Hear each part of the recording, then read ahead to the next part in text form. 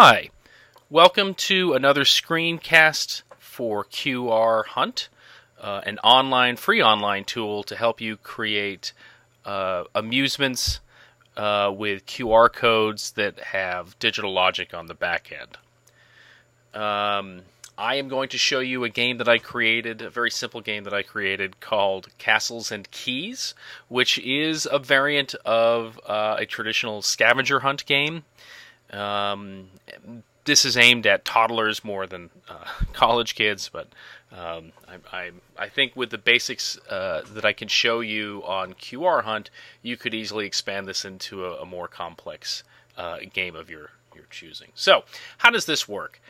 Castles and Keys really consists of two parts. The first part is you simply select a kind of avatar to go through the game as, and the second part of the game is to find keys and find the keys and then find the castles that open those that are opened by those keys. So let's see how those pieces are put together and how you can use QR Hunt to make this sort of game. The game consists of 9 documents, PDF documents that I put together using Google Docs. You can use whatever tool that seems appropriate. But the idea was that I wanted to, I want to have hard copy to paste around a physical space, so people are going to be wandering around with their cameras looking for these pieces of paper. The avatar selection is really just it's a conceit. It's a game conceit to kind of humanize the game. What is important is that when players pick an avatar, whether it's Badger in this case, or Fox or Rabbit, that their user session, their game session, will be reported to them, and that's the important thing. The game session ID is how we can how the logs will show what the users have done and when they've done it. So when a user clicks on this QR code, they're going to be directed to this HTML page, and this HTML page has additional get parameters that are tacked on by QR Hunt that have things like the session ID in them. So in this example, this will be the first session. The user has scanned this in. They'll get this page. Welcome, Badger, player number 1. So the player will remember, or you sort of administering this game will remember that a certain player is associated with player 1. The next step is the users will be presented with castles. I have 3 castles: red, blue, green. Seemed like a good combo. If the user just started, they haven't found any keys, and they're trying to open this castle by scanning that QR code, they will get a wrong key message. Castle locked HTML. So they need to go find the right key. There are 3 keys, and you don't necessarily know which key lines up with which castle. So the first time you find a key, you'll get a nice confirmation message. Oh, good luck, you found a key. You can go back and try to scan the castle, and again, there's about a 66% chance that you're going to get the wrong key message. But you might get, if you have found the key that opens the right castle, you're going to get you open the castle message. Huzzah! You can add all kinds of whatever media assets you wish to add to make that even more exciting. Is an exercise left to you. But the logic of enforcing these dependencies and exclusive choices, that's the domain of QR Hunt, and that's the problem we're trying to solve with QR Hunt. Okay, well, that's the basic game. I think it's pretty clear. So how do we use QR Hunt to pull this together? So on the one hand, you're going to use a document creation system like Google Docs to pull together these PDF files over here. On the other hand, you're also going to need to create these HTML pages. They could be as simple as pictures. They don't have to be full-on HTML pages if you don't wish to do that.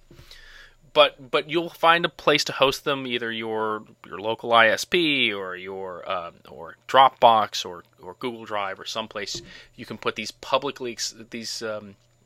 these publicly accessible documents. They need to be publicly accessible. So let's pull this together. So I've logged into QR Hunt here, pulling together the choice of badger, fox, and rabbit. Assuming we can have only 3 players, or actually it doesn't assume you can have 3 players. A player has to choose one of these 3 things. Well, what does that look like? Well, that's an exclusive choice among the first 3 links. So we have this acknowledge badger link that simply goes to this HTML page that has a little bit of JavaScript that reads the HTML line and reports back the session ID. For your game, that may not be strictly necessary. You may just care about people finding links, and you'll sort of sort out who won later, or it might just be there might be other rules where the session ID is not important. But if you want the session ID, it's there. There's no other logic to the there's no access control logic to the acknowledging the avatar. Junk. That's the first 3 links. Now the second and third, I've got these sort of mixed together here.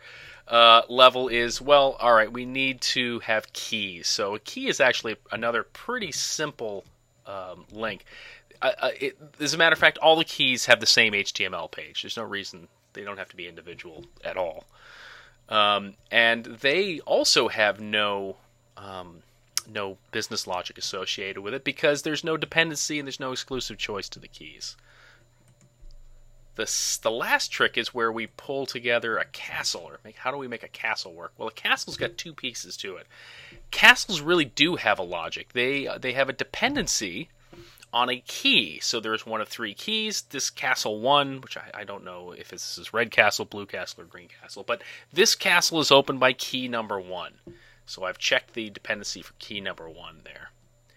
The other piece that's sort of interesting, so how did I get that logic? Well, if you use the wrong key, what do you do? Well, that's what the error URL is for. That setting allows you so that when the exclusive choice option fails or when a dependency fails, the QR Hunt will redirect them to whatever URL you wish them to go to.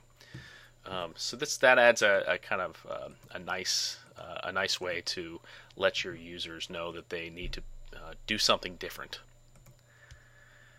And that's it.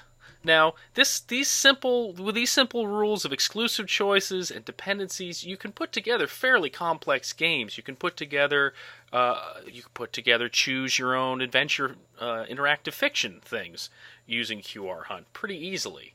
You could pull together again scavenger hunt type games. Really, the sort of games you can pull together. Your imagination is the limit. So I encourage people to get started, build some games. Let me know what features you're interested in seeing more of.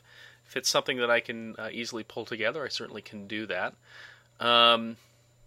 Thank you for listening, and let me know, as I said, get out there and make fun games and get people away from the computer screen for a couple of minutes. Take care.